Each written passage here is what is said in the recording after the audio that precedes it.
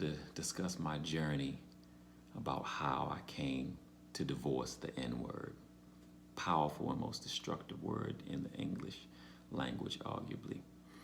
First, I looked at the etymology and where it comes from, the origin being Niger in the Latin, Negro in the Spanish, and negra in French, and words that mean the color black but associates itself to a person. And not to be confused with the different term, niggardly, which means stingy and parsimonious, which still has a negative connotation because of the sound. Phonetically, it reminds you of the N word. Two different etymological sources. But the way the N word is used to mean less than, shiftless, lazy, a lack of intellect. It's a powerful and insulting word. And it started around the 1700s. After it was associated with just color, it's almost like the mispronunciation of it, almost like mispronouncing somebody's name. Her name is Margaret, you say Maggie. You know, it's negro and negra, and people pronounce it. They say N-word. The power and the dark force and the evil that whites put on their slaves is so long standing that it went through the whole 300 years and it lasts till today. I give my heroes, my ancestors, so many props, the kings and queens that tried to alchemize the word, reassign meaning to it, and use it as a survival mechanism to cope with the daily pain of slavery, of being killed, of them trying to say, hey, I don't want you to call me this derogatory term, and you'd be shot dead, you'd be hung in an instant. So what many of us try to do in our plays and our writings, even in comedy, is try to switch it and make it something powerful for us so that we wouldn't feel the sting. And it worked for a time, at least it seemed to work. It's way before hip hop, it's way before rap. If you look at August Wilson plays and Caesar Wilkes and many of the early writing, even back to the 17 and 1800s, there have been blacks who have used the word in an endearing way while also using it as a pejorative term, while also being abused by other blacks and being abused by slave masters all at once. It's a very complicated word, and words are used differently and they change throughout history. But one thing is consistent is the dark and evil pain associated and what it can do to a room. That's consistent throughout the history. As we move into like the 70s, we get into like, or the 60s rather, with the last poets saying the word, the intellectuals starting to saying the words, comedians using the word, even some of my heroes, Richard Pryor and Paul Mooney and Red Fox, all these guys, pre-rap music, they used it and they tried to desensitize us to it so that we could feel better about having to hear it from racist whites and having to reclaim it and own it in a new way for ourselves. But for me, it's like, you know, it's like a piece of dookie. It's like feces wrapped in chocolate icing. It's a chocolate donut, chocolate feces wrapped in a chocolate icing. When you take a bite, it still tastes like or smell like shits in the middle. Still got feces in the middle. That's what that word reminds me of. Even when you make it positive, it still kind of just don't work. I remember in high school, I used to write letters to Tupac Shakur before he was real famous. When he left our high school, Baltimore, he used to call me back on the phone and I would say, you know, well, different questions. I would write my questions down in advance and ask him about girls, about making it. We had a mutual pain of our mothers being on drugs and growing up, and we experienced racism and all that stuff. You know, so I said, you know, what are we gonna do about this N-word? You know, I like the way, you know, NWA use it. I like the way we trying to re-identify ourselves as strong and young and rebellious. And he said, you know, well, N-word is basically never ignorant, getting goals accomplished, N-I-G-G-A. All right, I said, well, I roll with that. So I remember I got a hat made, N-I-G-G-A. I went to New York City, went to the new school, and I wore that hat everywhere. I had my book bag, I had my hat, I had my music, listened to my hardcore rap music, and I was like, I'm about to change the world, but I'm aware my pain, the dark pain of slavery and my ancestors and the lynchings as a badge of honor. I walked around the streets. I remember meeting the great bass player Buster Williams. And he looked at me like, young man, wow. You know, he looked like his world had shattered. And that's a key thing. And I was like, whatever, 19 years old. I'm like, whatever. Everybody feel my pain. And it's hard walking around with that burden, because we see the racism around today, but it's always been there. A lot of white people thought it was gone. They thought it was hidden under the surface. But people had been getting lynched for 300 years. And by no means is this an indictment on young Black America, on guys like me, on rap music, or on the survival mechanisms that we had to use. Because I think you can't tell somebody how and when to get over their pain or when their enlightenment should come. Therefore, I think whites should never use the word. If you're white, if you don't share that common experience, you should never even want to even to ask for it is obnoxious to me, my opinion. So you say, well, guys, we're going to stop using the word. We're not punishing you, not in slavery. But why you guys keep saying it? Well, we 400 years to the left, right? We 150 years out of slavery. We got about 200 or 300 more years of healing to do. So it's going to take some time. And each man's got to come to it on his own. So what allowed me to come to it, I think, is when I had a son. And when I had my son, Jedi, I never forget, before I had him, he was in the womb. And I always thought to myself, man, when you come out, you ain't going to be the N-word. You ain't going to be no little N-word. I'm not even going to think of you in that way because you're so beautiful. You're a miracle. You're a blessing from God. I can't include you in my own pain that I walk around with all respect due to my ancestors. I'm going to make it different when you come out. So that's part of my journey of how I divorced it. And I remember going to a concert, huge rapper, I won't say his name. I'm in the stadium, my queen has got the baby in the womb, sea of white people, 30,000 people. And the rapper's like, all right, y'all, this next verse, I want y'all singing with me. I'm going to give y'all the permission to say the N-word. Here we go, 3, 4, and we in. Out-of-body experience. I probably felt what Buster Williams felt when he saw me walk in with an N-word hat. I said, what has happened here? I felt like all of my molecules exploded. I'm surrounded by white. I don't know if they're going to kill me. Half of them saying it, half of them not saying it because they trying to show respect. But they like looking at him probably like he crazy. I'm looking at him like, are you telling a death sentence to the audience? As far as I can see, we like the only Black people here. It might be some over there, some over here. And man, it was just one of the worst feelings I ever had. But it taught me something about the power of words and the power of platform. And then I knew that, all right, the next raps I write and the next music I write, because I was a big proponent of it. I definitely had songs with it. I definitely rapped with it. It was a part of our 80s legacy coming out of Richard Pryor and all those guys.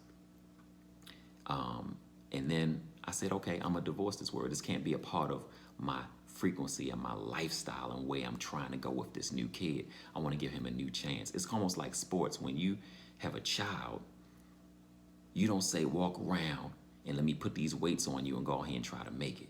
You want to take the weights off the ankles. You want to take the stinger out of your arm and be fully healed. You want your self-esteem to be as high as it can. And we can all agree that even though words don't intrinsically have meaning, once we assign meaning to them, and slave masters did assign meaning to the N-word, very negative, dark, subordinate meaning for Blacks. Once you assign meaning to a word, they have power. We have words like Jesus. Most of us, even if you're not Christian, believe the word Jesus has some power. You say it, things happen, or you might be scared to disrespect the name. The word bomb, you can write it on paper, you can put it different places, but as soon as you say it in an airport, we all know that, okay, we don't say here. We agree that that word has too much power and it's too dangerous in this environment. Symbols like 666, we say, I don't believe it, but nobody wants to get that tattoo. It's like we assign meaning and then we all kind of subconsciously believe it. So the negativity of the subconscious part of that word is a very, very low vibrating frequency, because look how many people have been hung, lynched, shot, pistol whipped, Emmett Till. You think about the murder of Black men and women over hundreds of years, and that word's always right there at the scene. It's the cousin of the murder. It's the cousin of death. It's the cousin of Black hatred. It's the cousin of white supremacy. It's the cousin of everything we've suffered.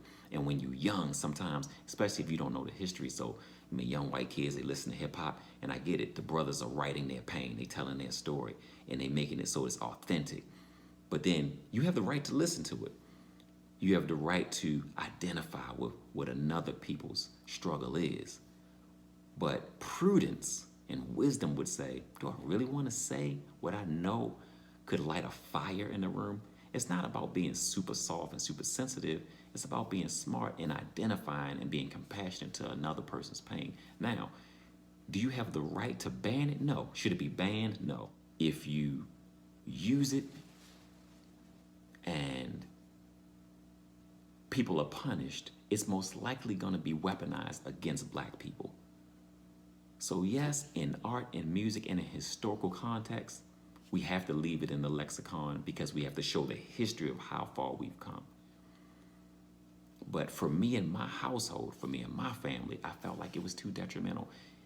You know how they say some money costs too much. The word costs too much. Psychologically, emotionally, spiritually, the damage it does is far too great. I've been in restaurants where I'm with my family and my son, and I was listening to some old hip hop that I really like, and the manager took out all of the N-words, but still played the song. I loved the music, but the fact that my children weren't going to be exposed to that, I thought it was cool, especially if they're not old enough to handle the diverse meanings and the ways the word can be assigned and used.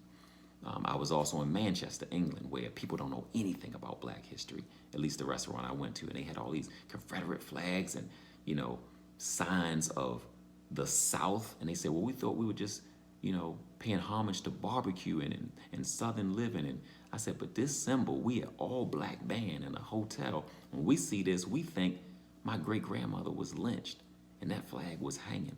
It reminds us of a deep, dark, painful past. And I said, we can't spend our money here. And the manager apologized. They emailed me with new pictures. They redid the whole restaurant, the whole hotel. We were so grateful because they grew up in Manchester, UK. They didn't know a whole lot about black history. And they expressed they weren't trying to be offensive. But I said, that's the way the world changed. I said, that's really beautiful, and we appreciate that.